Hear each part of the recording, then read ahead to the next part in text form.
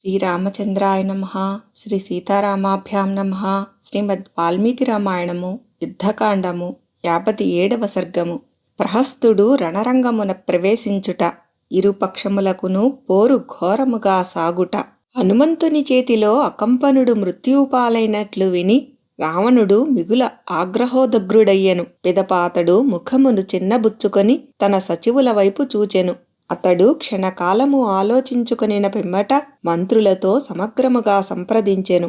రాక్షసాధిపుడైన ఆ రావణుడు మరునాటి ఉదయముననే సమస్త సేనా శిబిరములను స్వయముగా పర్యవేక్షించుట కొరకై లంకానగరమునందంతటను తిరిగెను. పెక్కు సేనా శిబిరములతో గూడియున్న ఆ లంకను రాక్షసయోధులు కాపాడుచుండిరి. లంకయందంతటను ధ్వజపతాకములు శోభిల్లుచుండెను. అట్టి నగరమును రావణుడు ఎంతయో పరికించి చూచెను. శత్రువులచే ముట్టడింపబడియున్న లంకను చూచిన పిమ్మట రాక్షసరాజైన రావణుడు సహనమును కోల్పోయి యుద్ధము చేయుటలో సమర్థుడైన ప్రహస్తునితో ఇట్లు వచించెను.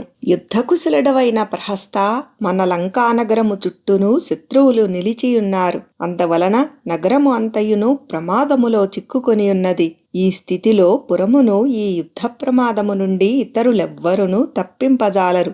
నేను, కుంభకర్ణుడు, సర్వ సైన్యాధిపతివైన నీవు, ఇంద్రజిత్తు లేక నికుంభుడు మాత్రమే, అనగా ఈ 5గురిలో ఏ ఒక్కరైనను ఈ లంకారక్షణ భారమును మోయుట సాధ్యము.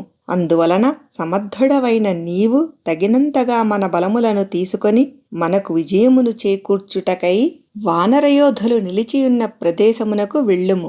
నీవు అక్కడికి వెళ్ళినంతనే వానరుల ధైర్యము సడలిపోవును. మన రాక్షసయోధుల రణగర్జనలు చెవుల సోకినంతనే వారు పారిపోవుట తథ్యము. వానరులు సాహసములేనివారు, యుద్ధమున సుశిక్షితులు కారు, పైగా చపల స్వభావులు. సింహగర్జనకు ఏనుగులవలే నీ రణధ్వనికి వారు తట్టుకొనలేరు. ప్రహస్త, వానరబలములు పారిపోవుటతో రామలక్ష్మణులు నిస్సహాయులై మిగులుదురు. అంతట విధిలేక వారు నీకు లొంగిపోవుదురు. యుద్ధమునకు దిగినప్పుడు, అనగా రణరంగమున మృత్యువు ప్రాప్తించుట సందేహాస్పదము. అనగా మృత్యువు కలుగవచ్చును, కలుగకపోవచ్చును. యుద్ధమునకు వెళ్లకుండా మరణించుట కంటే వెళ్ళి వీరమరణమును పొందుటయే శ్రేయస్కరము. ఈ నా అభిప్రాయమునకు అనుకూలముగా గాని ప్రతికూలముగా గాని మనకు ఏది హితమో దానిని తెలుపుము. సేనాపతియగు ప్రహస్తుడు రావణుని మాటలను వినిన పిమ్మట శుక్రాచార్యుడు అసురేంద్రుడైన బలిచక్రవర్తితో వలె ఆ రాక్షసరాజుతో ఇట్లు పలికెను. మహారాజా, మనము ఇదివరలో ఈ విషయమును గూర్చి మేధావులైన మంత్రులతో చర్చించియే యుంటిమి. మనము అప్పుడు పలు కోణముల నుండి ఆలోచింపగా మనలో అభిప్రాయ భేదములు తల ఎత్తినవి. సీతాదేవిని శ్రీరామునకు అప్పగించుటయే శ్రేయస్కరము, లేనిచో యుద్ధము తప్పదు అని అప్పుడు మీకు నేను మనవి చేసియుంటిని. నేను చెప్పినదే నిజమైనది. అందులకు ఈ యుద్ధమే నిదర్శనము. ఆ విషయము అట్లుండనిండు. మీరు నన్ను సందర్భానుసారముగా నిరంతరము కానుకలతోడను సాంత్వన వచనములతోడను సగౌరవముగా సత్కరించుచునే యుంటిరి. కాన మీకు ప్రియమైన కార్యమును నేను ఎందులకు చేయకుందును. నాకు ప్రాణములపై తీపి లేదు. అంతేకాదు, భార్యాపుత్ర సంపదలపై కూడా నాకు ఆసక్తి లేదు. నేను మీ కొరకై యుద్ధరంగమున ప్రాణములను అర్పించుటకైనను సిద్ధమే. ఇకపై మీరే చూడగలరు. తమకు ప్రభువైన రావణునితో ఇట్లు పలికిన పిమ్మట సర్వసేనాపతియగు ఆ ప్రహస్తుడు తన ఎదుటనున్న సేనానాయకులతో ఇట్లు నుడివెను.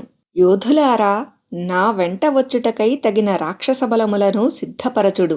నేడు పిడుగుల వంటి నా బాణముల ధాటికి వానరయోధులు అందరును హతులయ్యెదరు. అప్పుడు రాబందులు, డేగలు మొదలగు పక్షులు వారి మాంసములను భక్షించి తృప్తి పడగలవు. ప్రహస్తుడు ఇట్లు ఆజ్ఞాపించిన వెంటనే బలాధ్యక్షులు అందరును త్వరత్వరగా ఆ రావణుని మందిరము కడ సేనలను సిద్ధముగా నుంచిరి. అంతటా మదపుటేనుగుల వంటి రాక్షస వీరులు వాడి అయిన వివిధములకు ఆయుధములను చేతబట్టి అచటికి చేరుటతో లంకానగరమంతయును క్షణములో కిటకిటలాడెను. అంతట వారు ఆద్యాహుతులతో అగ్నిదేవుని, అనగా యజ్ఞాగ్నిలో హోమములు చేయుట ద్వారా దేవతలనందరినీ తృప్తిపరచిరి. గంధపుష్పాదులతో బ్రాహ్మణులను అర్చించి వారి ఆశీస్సులను పొందిరి. ఆద్యగంధములతో, గంధపుష్పాది పరిమళములతో వాయువులు వీచెను. యుద్ధ సన్నద్ధులైన రాక్షసయోధులు విజయమంత్రములచే పవిత్రములైన వివిధములకు ఆకారములు గల పూలదండలను స్వీకరించి సంతోషముతో వాటిని ధరించిరి. పిమ్మట వారు కవచములను ధరించి ధనుర్ధారులై యుద్ధోత్సాహముతో వేగముగా తమ ప్రభువైన రావణుని దర్శించిరి. పిదపవారు ప్రహస్తుని చుట్టూనూ చేరిరి. అంతట ప్రహస్తుడు రాజాజ్ఞతో గంభీరమైన యుద్ధభేరిని మ్రోగించెను. పిమ్మట అతడు వివిధములకు ఆయుధములతో సుసంపన్నమైన దివ్య రథమును ఎక్కెను. ఆ రథమునకు వడిగా పరిగెత్తగల గుర్రములను పూంచిరి. సారథి రణరంగమున రథమును నడుపటలో కడు నేర్పరి. ఆ రథము యొక్క చక్రముల ధ్వనులు మేఘగర్జనలను తలపింపజేయుచుండెను. అది చంద్రునివలే ఆహ్లాదకరమైనది, సూర్యునివలే తేజస్సులను విరజిమ్మునది. దానిపై వరగధ్వజము రెపరెపలాడుచుండెను. అది శత్రువులకు దుర్జయము. దాని కవచము సర్వరక్షకము. దాని చక్రములు దృఢమైనవి. దానికి బంగారు గవాక్షములు నిర్మితములై ఉన్నవి. దాని శోభలు చిరునవ్వుల వలె ఆహ్లాదకరములు. ప్రహస్తుడు అట్టి రథమును అధిరోహించి రావణుని ఆజ్ఞానుసారము గొప్ప సైన్యములతో పరివృతుడై వెంటనే లంక నుండి బయలుదేరెను. ఆ సేనాపతి బయలుదేరగానే మేఘగర్జనలను బోలిన ఢంకానాదములు, వీణ, వేణు, మృదంగ తాళధ్వనులు, శంఖారావములు సముద్రమునందంతటను మారుమ్రోగునట్లుగా వినబడెను. మహాకాయులు, భీకరమైన రూపములు గలవారు అయిన రాక్షసులు శత్రువులకు దడపుట్టునట్లు యుద్ధనాదములనొనర్చుచూ ప్రహస్తునకు ముందు భాగమున సాగిపోవుచుండిరి. నరాంతకుడు, కుంభహనుడు, మహానాదుడు, సమున్నతుడు అను సచివులు నలుగురును ప్రహస్తుని చుట్టూనూ చేరి సాగిపోవుచుండిరి. ప్రహస్తుడు శత్రువులకు భీతి కలుగునట్లుగా వ్యూహరచన గావించి మదపుటేనుగుల గుంపు వంటి మహాసైన్యములతో గూడి లంక యొక్క తూర్పు ద్వారము నుండి బయలుదేరెను. ప్రళయకాలమునందలి యముని వలె భీకరుడైన ప్రహస్తుడు మహాసాగర ప్రవాహము వంటి సేనతో గూడి వేగముగా పురోగమించుచుండెను.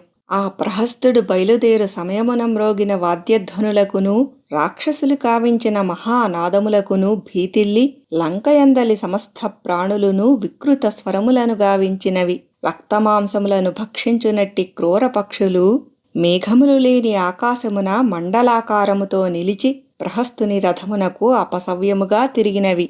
నక్కలు అగ్నిజ్వాలలను వెలిగ్రెక్కుచూ భయంకరముగా కూసినవి. అంతరిక్షము నుండి ఉల్కలు రాలినవి. వాయువులు ప్రచండముగా వీచినవి. గ్రహములు ఒకదానితో మరొకటి ఢీకొనుచు కాంతిహీనములైనవి. ఆ ప్రహస్తుని రథమునకు పైభాగమున మేఘములు భయంకరముగా గర్జించుచూ రక్తమును వర్షించినవి. ఆ రక్తపు వానకు ఆ సేనాపతి ముందు భాగమున వెళ్ళుచున్న రాక్షసులు తడిసిపోయిరి. ఒక గ్రద్ద అతని రథధ్వజము పైభాగమున వాలి దక్షిణముఖముగా నిలిచెను. అది తన ముక్కుపుటముతో ఉభయ పార్శ్వములయందు స్పృశించుచుండెను. ఆ దృశ్యమును జూచి ప్రహస్తుని ముఖము పూర్తిగా వెలవెలబోయెను.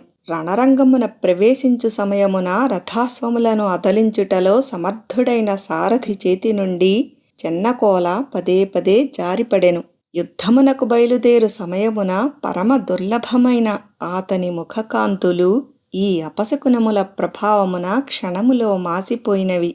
అతని రథాశ్వములు సమతలమైన భూమిపై కూడా తొట్టుపడసాగెను. బల పరాక్రమములు గల వారిలో వాసికెక్కిన ప్రహస్తుడు యుద్ధభూమియందు తమకు ఎదురుగా నిలిచినంతనే వానరయోధులు వృక్షములు, శిలలు మున్నగు మహాయుధములను చేతబట్టి సర్వసన్నద్ధులై నిలిచిరి. అనంతరము వానరయోధులు వృక్షములను పెకలించుచుండగా పెద్ద పెద్ద బండలను తీసుకొనుచుండగా మహాధ్వనులు చెలరేగెను. రాక్షసయోధుల గర్జనలు, వానరవీరుల సింహనాదములు చెవికి సోకినంతనే ఉభయ పక్షముల సైనికులలో సంతోషము పెల్లుబికెను.